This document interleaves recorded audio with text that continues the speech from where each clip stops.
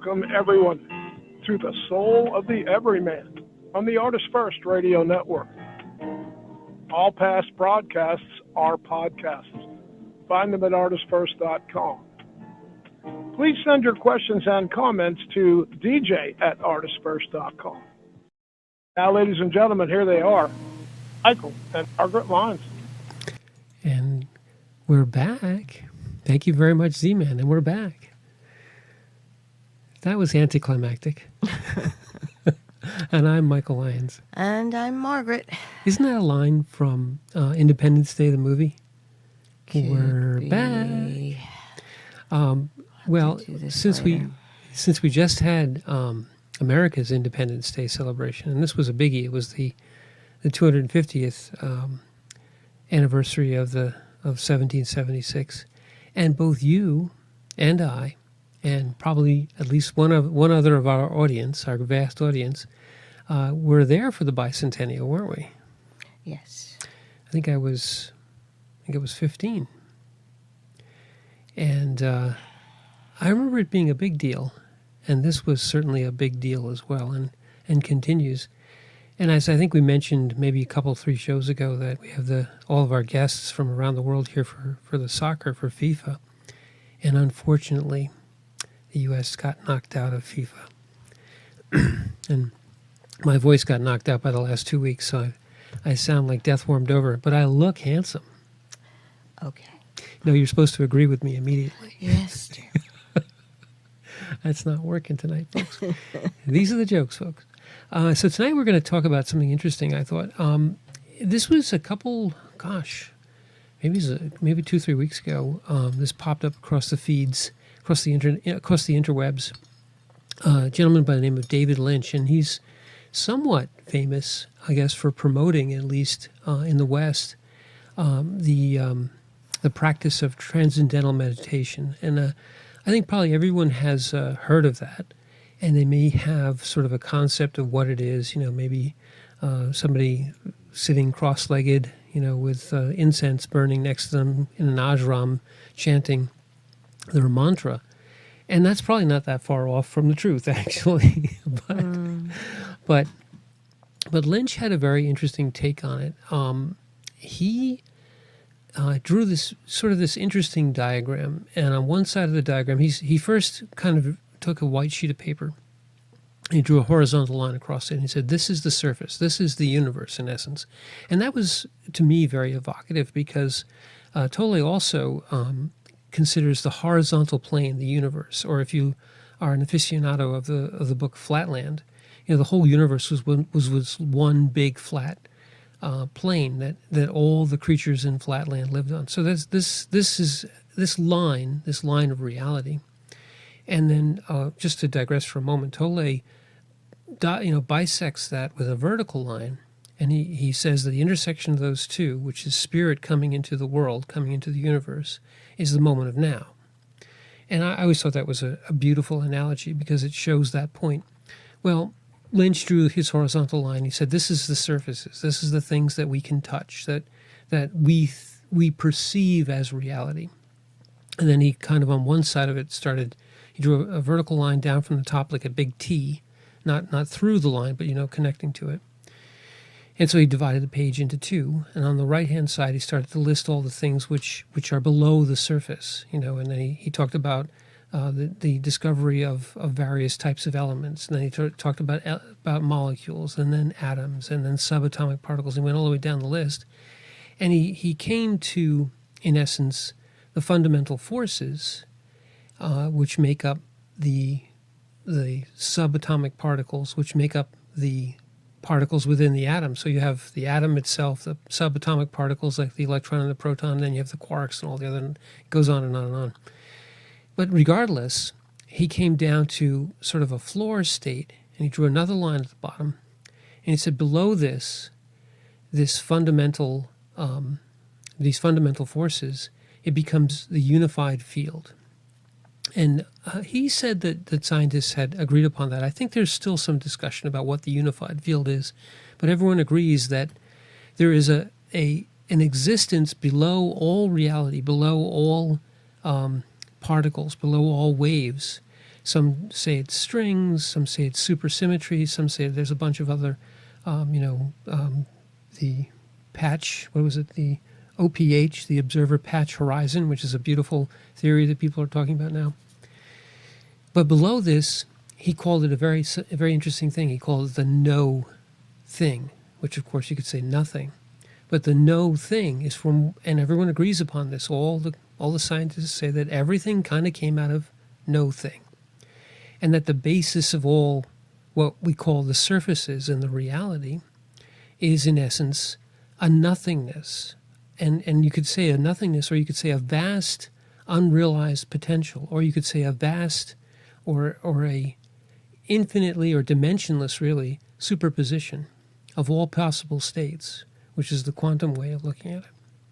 And so this is a beautiful, evocative, and you've arrived at this sort of philosophical realm through what would be rigorous scientific mathematical means.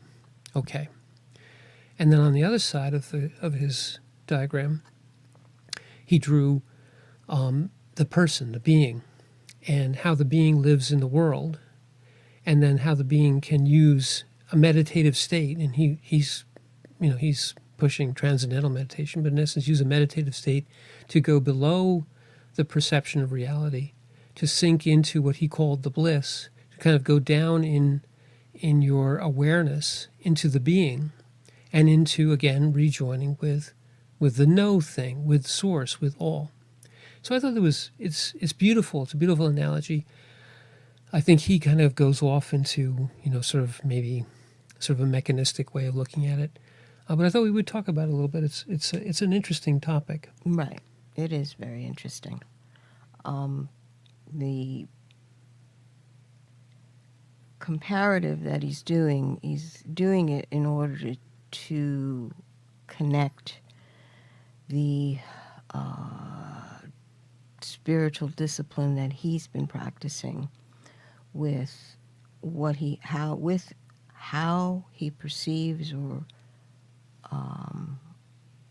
interacts with the logical world or the modern world, where he's talking about the scientific breakdown of how we began to perceive what the world is, and then searching to find out what it's made out of. And he was talking about the different theories of what matter actually is, and then realizing that as you go down to subatomic, he was going into quarks and different forces. But anyway,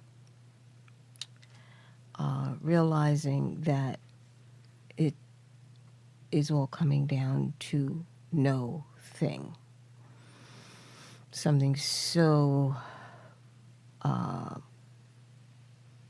small, minute, that you're actually in energetic forms only. So this is where the no thing arises. And the analogy for him is that consciousness for a human being is something that we've always searched outside of ourselves, which was above the line for him. That was all surface. Consciousness was all surface. But allowing yourself to go internal, and for him it was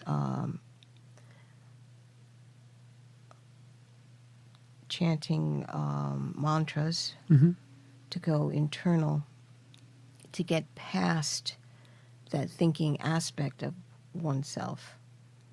And he doesn't really describe it, which I thought was interesting. He just made the diagram of it going down and in. But it's not, what's the word?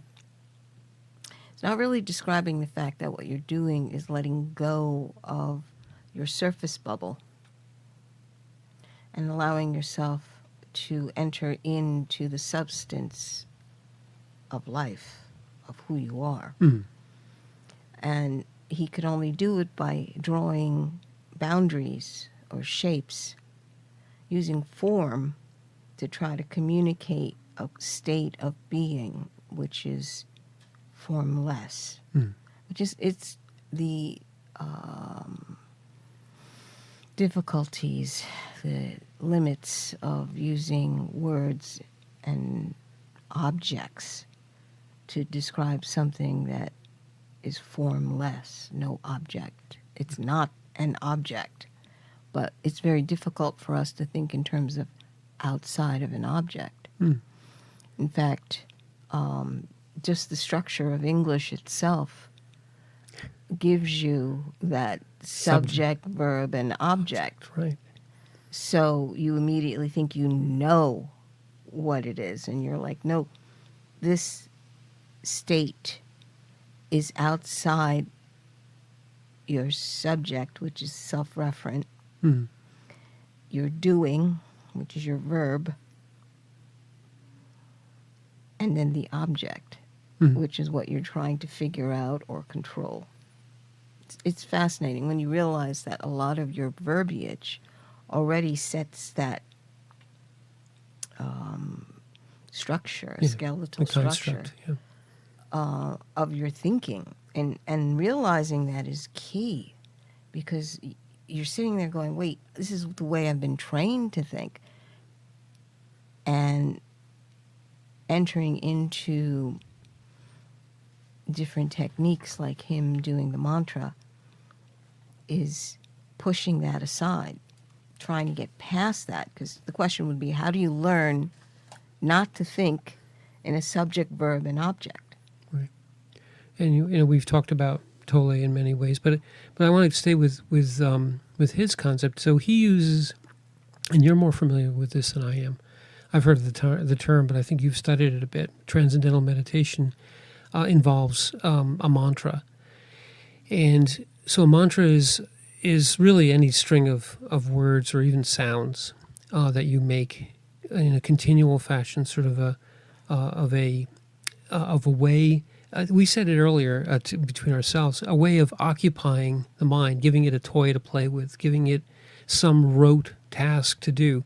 Now you can compare that to breathing exercises, which is in again a sort of a similar way. You're allowing the ego and the mind to be preoccupied with the breath, to focus upon the breath. So you focus upon this mantra, and you repeat it over and over and over again, and you realize suddenly that you are separating away from the need rather of the ego to think in and break everything up into terms, into verb and subject and object and all that.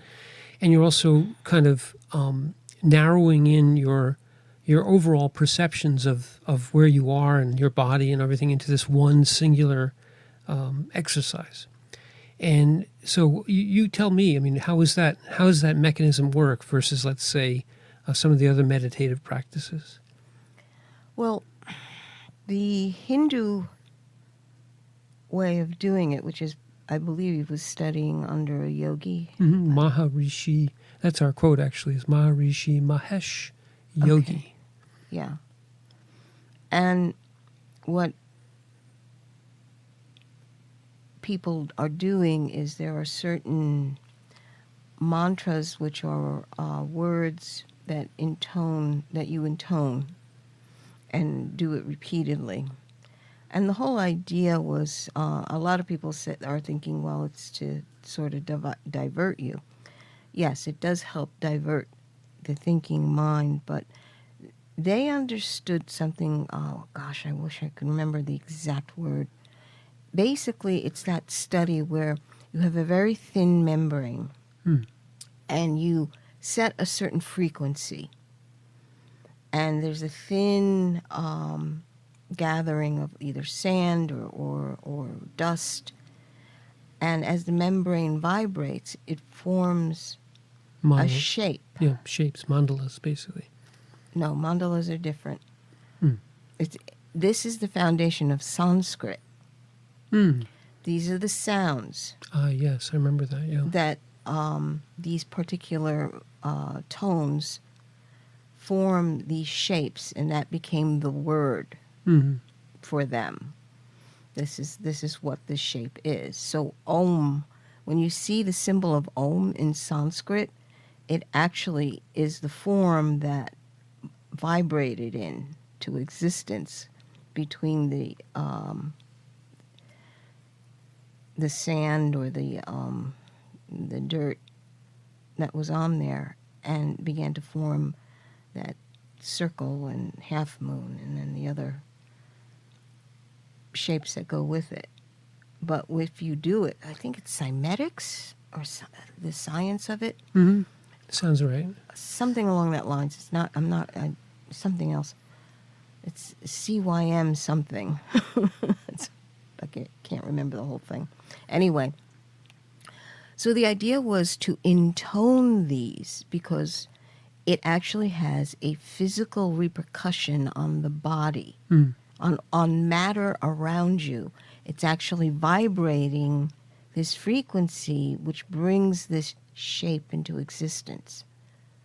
So the idea is to shift your consciousness so that you can participate with the frequency that it's producing. Mm-hmm. And what they found is it was each shape was identified with a different point in the body, different tone in each energy center. Mm-hmm. That's kind of how the Sanskrit works. So when you're doing mantra, the idea is it's a combination of these energetics. It's supposed to bring you your being state, bringing that physical, helping it transcend into another state, which is not just the mental thinking, oh, I got to do this or that. It's like you're getting out of you, and you're producing the sound. When you're producing the sound, you're not thinking about anything except the breath that it takes to produce the sound, and the throat and the tongue and the whole frequency. It's more than a little fascinating when you see that. And he mentioned the Atman. The Atman is the word for God, word for the all, word for source, word for divine connection, word for consciousness, true consciousness, not just a limited human consciousness, but you're touching into something much broader. Totally would say the little I is the limited I, the human, right, egoic I. Right. So the Atman is what they call that vastness of what is. So the Atman is the being. The being connected back to source. Right. It is, if you do biblical, it's the I am who am. The I am who am. So this is a lovely place to jump off. The I am who I am is exactly sort of what you said in the beginning. It's an attempt to use words to describe that which cannot be described in words. Right. And the other interesting part, too, is that we're communicating in English, but if you're studying Hebrew, that they have a myriad of translations just for the way their words are put together. It's interesting because that's when you see how language affects the mind of a society. Yeah, it gives you... Language reflects the way your mind works. And, that's one of the things with learning another language. Now, I don't know, I have a smattering of other human languages, but I know a lot of other languages which you use to talk to machines, for argument's sake. Right. And each language that you learn gives you a vocabulary and a syntax and a context and a way of thinking. And so that the structure of learning to express yourself in a different language expands your brain far more perhaps than just limiting yourself to one particular set of cultural norms, one particular set of language. But before it's a different tool. Before we go too far away from it, though, I want to get back to when you mentioned that the word, the sounds, the phonemes of these Proto-Sanskrit words created I think it is cinematics or dynamic cinematics or something of that nature. But basically, what it does is a membrane resonates in response to the vibrations of your voice. So you're raising sound. You're raising your frequency. You're emitting this frequency. The membrane captures and amplifies and resonates the frequency, and it has a certain the way this works in physics is the diameter of the thing that you're trying to talk to gives a boundary. Mm-hmm. And that boundary not only just takes the frequency, but it reflects the frequency back. And so what you see then is what's called a standing wave. Right. And then each individual frequency in that particular environment has a different standing wave. So when you have the frequencies of the Om, for argument's sake, and the standing wave that it creates a pattern. But you can't see that pattern with your own eyes necessarily. You could feel it perhaps with your fingers. But to be able to see it, you put a light coating of dust or dirt or sand on the membrane, and what happens is the membrane will push the sand away from the parts where it's vibrating a lot and push it towards the parts where it's vibrating a little, so the sand will gather and become an image, and in essence like a flatland image. It's a two-dimensional image of the three-dimensional resonant pattern. Mm-hmm. So it very much mimics the way the no thing becomes a thing. Well, within a medium. Within a medium, well... Right, it's the interaction of that frequency with, as you said, it's this membrane or this space. Mm-hmm. So when you're filling this space with this frequency, whatever else you've put into that space winds up aligning into patterns where if it's moving too quickly, it pushes it off to the side. It's probably one of the theories of the way Einstein looked at what the mechanics were for the planets going around the sun, where, you know, how when we show it to children, you have this almost membrane, and then you put the sun in the middle, and it's massive. Mm-hmm. And then you roll a ball, and you watch it as it goes around this massive gravitational point. It's similar. Well, it is very similar in the way that so this is just to digress for a moment. These objects in a space, which is the space we live in, each one of them, invisibly to us, but yet can be felt, sends a frequency or a deformation, but it's really more like a frequency because you can see. This is gravity, so you can see gravitational waves. If we found them and we've found them and looked at them, and it sends it out to the boundaries of the universe. But there's an interaction with two masses, with two objects, that binds them together.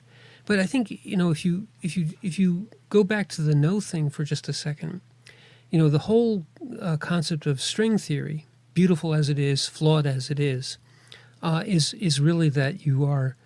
From the no thing, you have all potentials. You have all frequencies. It's literally the everything, the all. But then when you want to realize something, bring it into existence, bring something out that becomes the surface, that becomes the atom, becomes the quark, whatever, it has to kind of be contained in we could call it a membrane, because they actually are called M-branes. The M-brane of a string, which is a complete concept, but if you fall into that category, vibrates into a pattern. And that pattern, were you to look at it from one dimension or another, for all intents and purposes, could look like a Sanskrit character, because it's going to be a standing wave. It's going to be something which repeats over and over again and that you could perceive. And one of the ways that you look at these membranes is from various angles, call them various dimensions, from this dimension, that dimension, the other dimension. We're familiar with the 4 dimensions that we know, and there are many others. We don't need to go into the details, but the point being is that it's exactly the same.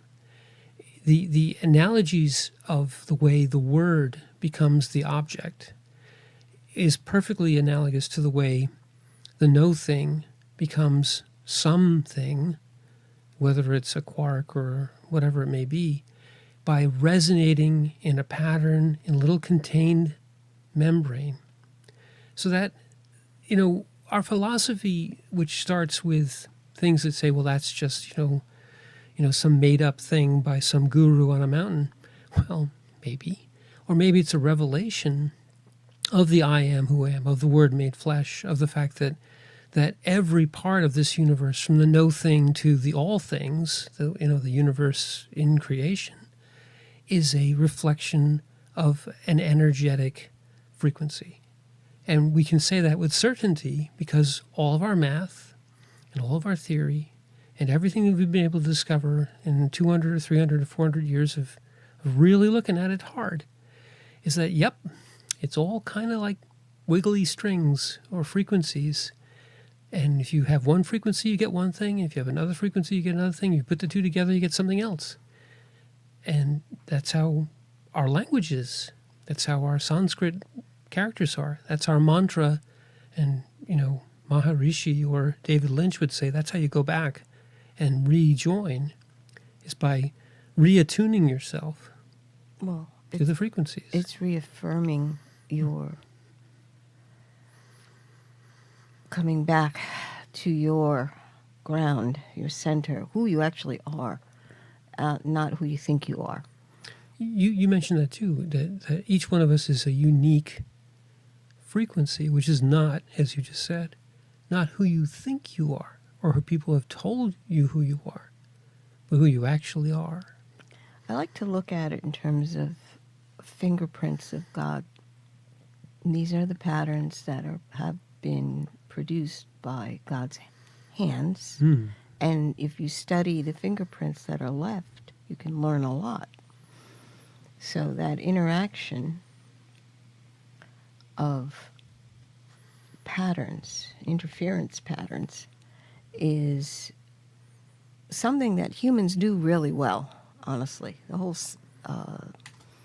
foundation of science is observation of patterns, repeating patterns.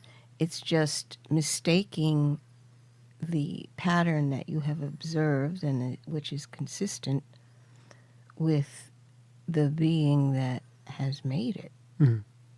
Your finger, just like you, your fingerprint is not you. Your fingerprint is your influence on that particular surface. But it's not you. It's like having someone say, oh, I know that fingerprint. That's who you are. I mean, if you go into Tolle's speak, the fingerprints are the forms. And yes, from the moment you're born in flesh and you go through your whole life, your form changes nearly every moment of every day. We hate to admit it, but our form changes every moment of every day. But everyone can say this with certainty, that you're still you, that you've always been you, that if you think about it just a little bit, you give yourself a little grace, a little license, you say, well, I was me before I was formed. And then the beautiful evocative phrase from the Bible, I knew you before I formed you in the womb. I knew you because you were a unique frequency in source, created in the beginning of time, before all things. And I took you, formed you, enfleshed you. You have your existence here, but it's always you. Your form, who knows? It might last 10 years. It might last 110 years. You're going to change every moment of that 110 years. You're going to have loves, you're going to have losses, you're going to have gray hairs, you're going to have injuries, you're going to have all kinds of things. But it's always you. And in that way, your frequency is within the creation. And your frequency, your fingerprints, are how you influence the creation and those around you.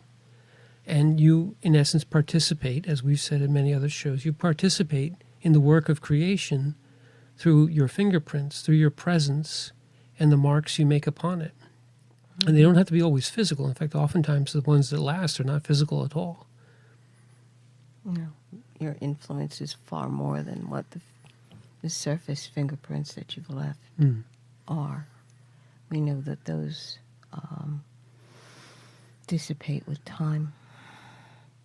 But yeah, it's interesting. It's an exercise in trying to expand your way of perceiving things and not locking it down to it's got to be this way. There's only one way to do it.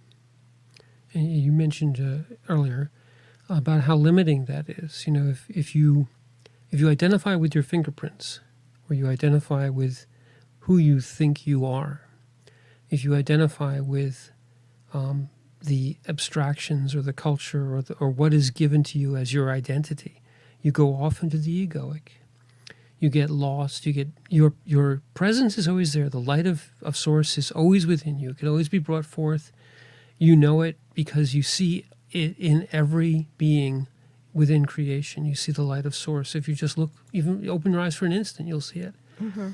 But yet, you can also see the tremendous burden that they've covered themselves with, all the egoic, all the suffering, all the attachment, all of the, what Lynch would say is what he's trying to transcend, if you will, all the anger, all the bitterness, all the little I concerns, all the not me's and the other and the enemy and the one who's trying to take from you and the one who has to be wrong and you have to be right, all those egoic constructs. Transcendental meditation, or any one of the other modalities that we've spoken about, and I think in some ways Tolle's is the cleanest, or at least the most honest, or perhaps the least encumbered. But any one of them can be used as a vehicle. You mentioned a tool to realize who you really are, to get back to your frequency, your individuality, your note in the song. Mm-hmm. Everything in the universe is unique, but everything in the universe is just an aspect of the no thing brought into thing, in one way. Yes, this is true. Do you want me to read the... We've been talking about the Maharishi. We should bring him into the conversation. Would you please? Sure. Okay. Transcendental meditation opens the awareness to the infinite reservoir of energy, creativity, and intelligence that lies deep within everyone. Maharishi Mahesh, I think, yeah. Mm-hmm. Yogi, and yogi's just a figurative term, right? That's just his title, his designation. Mm-hmm. Wasn't there something with the Tibetan monks? They would always have some sort of a prefix. I can't recall it off the top of my head, but in essence, it's more of a title. His name is not Yogi. Maharishi Mahesh is one of sort of a long line of I guess Vedic practitioners who I would say were their practice is ancient. It goes back hundreds, if not thousands of years. Thousands of years, but yet the connection to the Western is much more recent, maybe within the last 100 years or so. And certainly, David Lynch's the explosion of transcendental meditation was when we were children. That's when you heard about it all over the place. Mm-hmm. And it reflects the need for, especially in a Western sort of divorced from essence, divorced from the being, cluttered with all sorts of distractions, cluttered with all sorts of egoic identities, and easy, fix every problem you have with whatever pill. That transcendental meditation became a very popular and maybe popularized and a little bit hyped up, but a very popular way for folks to reconnect. And so you had, I believe it, and at least at that time, ashrams popping up all over the place, especially in California. But transcendental meditation as a fad belies the deep roots of this particular form of meditative practice, like we talked about earlier. You can have the breath, you can have the Eightfold Path, you can have many, many, many different modalities. Well, the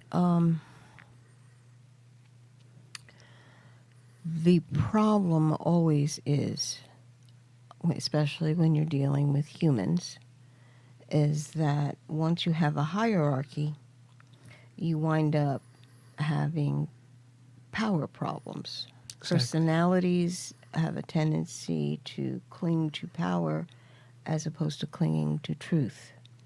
The whole idea is to communicate, to teach, so that a soul may develop spiritually. You have to mature in all forms, not just your physical body. Your physical body does mature on its own, mostly.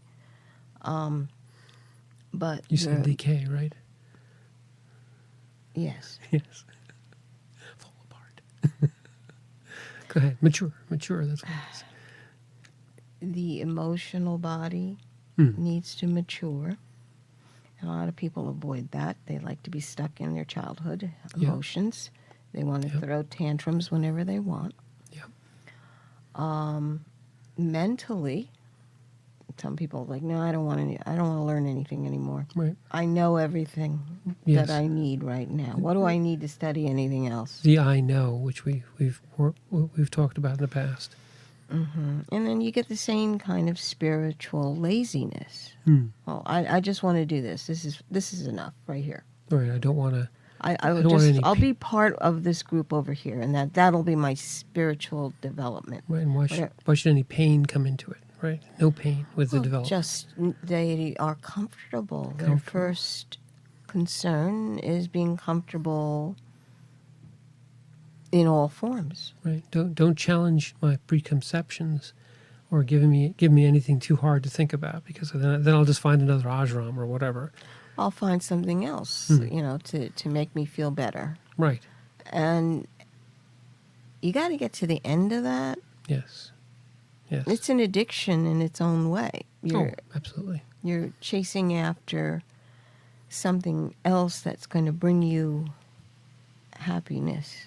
And the ego loves to tell you that. It loves to addict you to your comforts and to being right. And you mentioned it earlier, but whenever any of these modalities, first of all, there's a teacher, and that teacher, or there's a revelation, there's a Jesus, there's a what's his name for Buddhism? There's somebody who finds an enlightened way. There's somebody Gautama, were you thinking? Right, Gautama Buddha, of course. And then that person gathers a following. And unfortunately, that following, in their human way, immediately want to, as you mentioned, turn it into a hierarchy. They want to have authority. They want to be, thought of as great men and women. They want to be looked upon in awe of how amazing they are and how enlightened they are. And so, of course, this is the immediate reaction of the ego, is to seize upon anything and turn it towards itself. It says, "Oh no! The being is great, but let's talk about me. Let's get me into the picture. I am the great Buddha. I am the great teacher. I am the great guru. I have thousands, hundreds of thousands of followers. Everyone hangs upon my every syllable. I must be the most. I'm an influencer. I'm an influencer, even better. Mm-hmm. But this very human tendency to succumb to this egoic conceit does nothing but bring you away. And beautifully, I don't remember when, but totally, maybe many years ago, said, when I come here, I'm the teacher because I'm teaching. When I leave here, I try to empty myself. I do my best to just become Eckhart and just be myself and just be a being, a presence in the world. Because if I think of myself as the great teacher, Eckhart Tolle, the dispenser of wisdom and knowledge throughout the world, then my ego has consumed me again. Mm-hmm. And no matter how good my teaching may be, I'm no longer a follower of it. I'm not practicing what I preach. And it's such... Well, he loses his peace. Lose your peace. He loses his peace. He had found bliss sitting on a park bench somewhere in Germany. Right. And he realized that the minute he starts identifying with anything, he loses that bliss. Right. And then he didn't want to do that because it's empty. It's just so empty. It's very interesting because there is a teaching philosophy in Tibetan Buddhism where they call it lineage. Mm. And if you're from a lineage, most people think that, okay, so you're Mahayana Buddhist or certain type of, I forgot the different schools of Tibetan Buddhism. Mm. But they're teaching a certain way. Each one teaches a certain way. But when they're talking about lineage, what they're saying is that the spirit of their teacher and the wisdom body that he has gets transferred to the next person. Mm. So that transfer is judged by how complete that body of wisdom has been given over. Survives, yeah. So it's been very interesting because many times when one of the masters has gone and his primary follower, acolyte, begins to teach, what they notice is that the phrasing changes, and it changes into the expressions that his teacher had. And he understands, but he begins to sort of expand a little bit because he's just adding his little bit to it. Mm-hmm. But the idea is that it's a lineage where that body of knowledge and wisdom gets passed down one to the other. It's the way the Dalai Lama is found, because that's a lineage where a soul actually comes back and is reminded of the knowledge that it actually brought back with it. Mm-hmm. So that's quite specific to his particular. I wish I could Kagyu, his particular lineage. Mm. Well, and the Dalai Lama is the reincarnation. He's reincarnated, right? But when they're talking about this passing down, it's not necessarily a reincarnation. It is actually a transfer of knowledge. And it's fascinating because many religions have this. I mean, in the Catholic Church, it goes from Peter all the way down. That's a direct lineage. Yes, oh, yeah, absolutely. I mean, you also have the in the Dalai Lama's reincarnation, he's considered the same soul moving through various reincarnations. So you find him again, and I'm reminded of the cartoon, of course, but it's still the same sort of thing of Avatar. Remember the whole idea of the Avatar was that he's considered the same spirit. The same spirit, and the soul iteration is each life that he's been embodied in. Right. And the reconnection of this is a cartoon, but it's a beautiful example. It is the description. Yeah, of finding the avatar again, and the whole mechanism of doing it and whatever not was taken from some of the ways that they find the Dalai Lama. They bring him certain artifacts, and if he recognizes them, or if he's able to discern them amongst a whole bunch of things on a table, say, well, which one will he pick up? And the one that he picks up is the one that the Dalai before him or before him. So he's recognized through his affinity for these things which belong to him in a former life. And that's a beautiful way of reaffirming that lineage. And then, in one way, it's an affirmation of the frequency. What it's really saying is that this frequency, which was in the world, which was in incarnation, in form, the form wore away, the flesh perishes, the spirit goes on, and it goes back into source. There's, in certain teachings, they say, well, we don't believe in reincarnation. You believe you go back to source and you live there in the kingdom of heaven forever. That's fine. There's nothing wrong with that. But if you were to allow for the reinfleshment of that spirit and giving it a new, perhaps, soul, a new being form, as well as a new fleshly form, you have the same thing as all of us coming into the world. We're all ensouled and enfleshed from source. Well, Yet we believe we're unique prior to that. Even in spirit, we're unique. well, okay. The problem with the concept of reincarnation is everybody thinks it's linear. Right. That you're born, you live this life, you die, and then that spark And you go tick. goes, finds another body, and Right. goes into the world again. It's not linear. It has to do with consciousness. It's an expansion of one's consciousness. Each soul iteration is unique. Mm. You can't replicate it. But this spirit, which is part of a broader consciousness, can touch into another lifetime and connect up the wisdom Mm-hmm.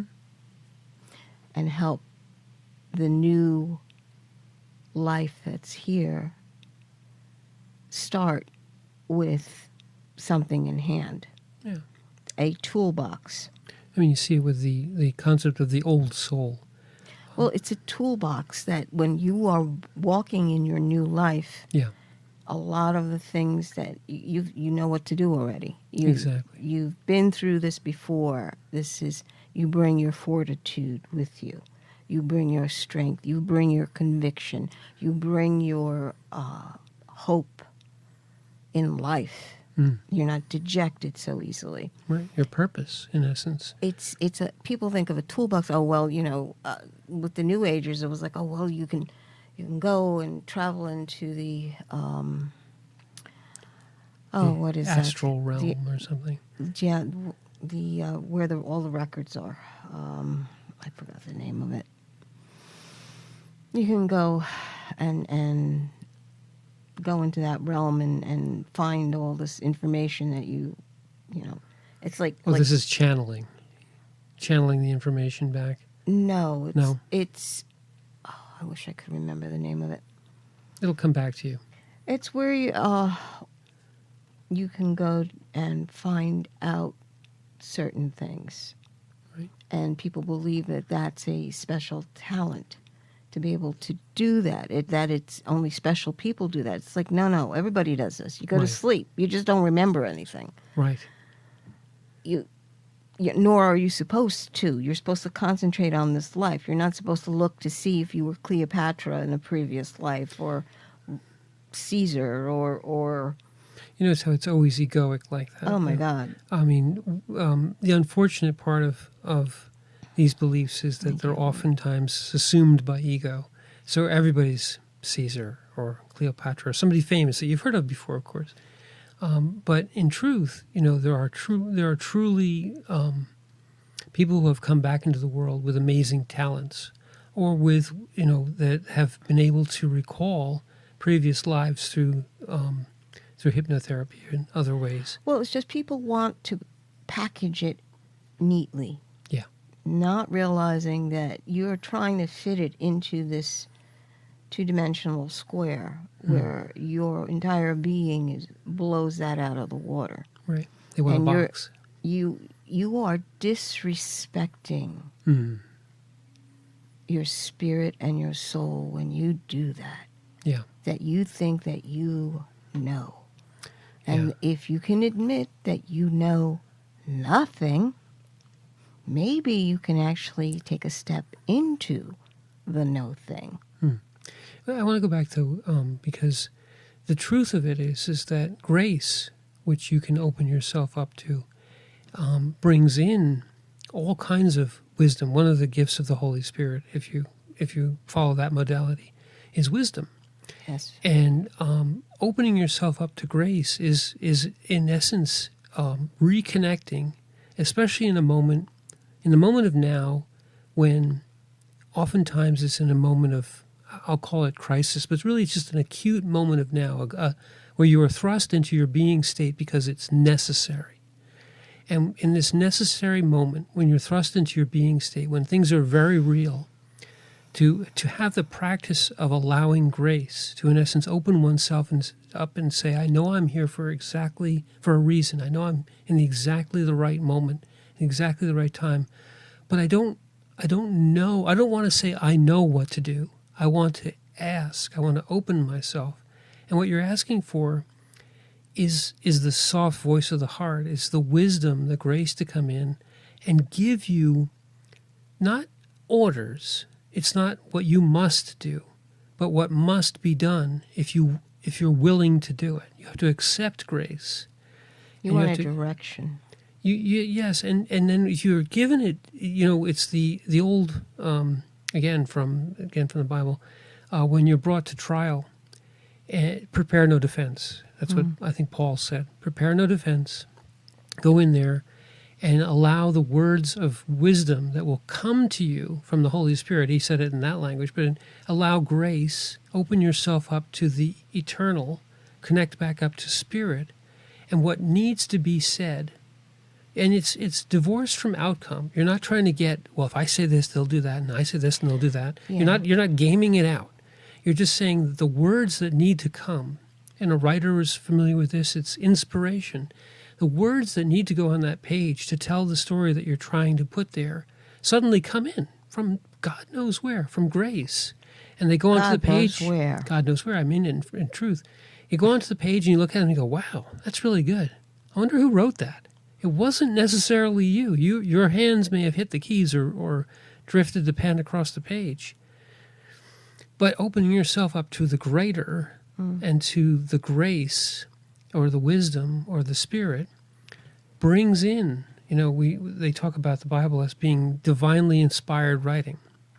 You can believe it or not, but in fact, the fact that this sort of text survives for thousands and thousands of years, that has incredible amounts of wisdom, as well as a lot of other stuff, incredible amounts of wisdom, shows at least that some of these writers were connected back to spirit and were writing words in a divinely inspired way, because they're far beyond their abilities to do so. They didn't go to Harvard or Yale. They weren't English majors or any kind of majors in any kind of language.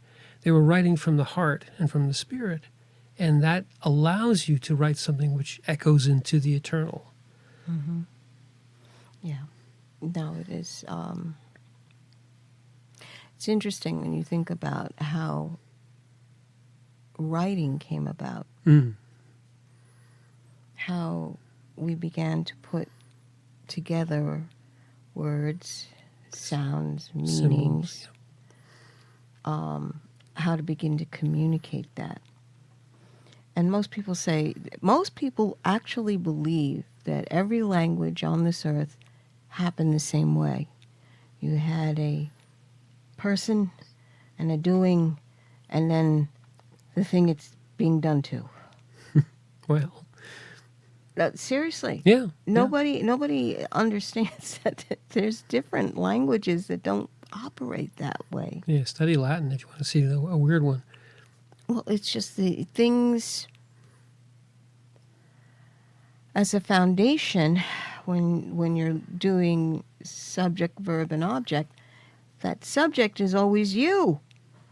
It's an I thing. Yeah. And there are societies that don't work from I. They work from group, or they work from earth, which is location.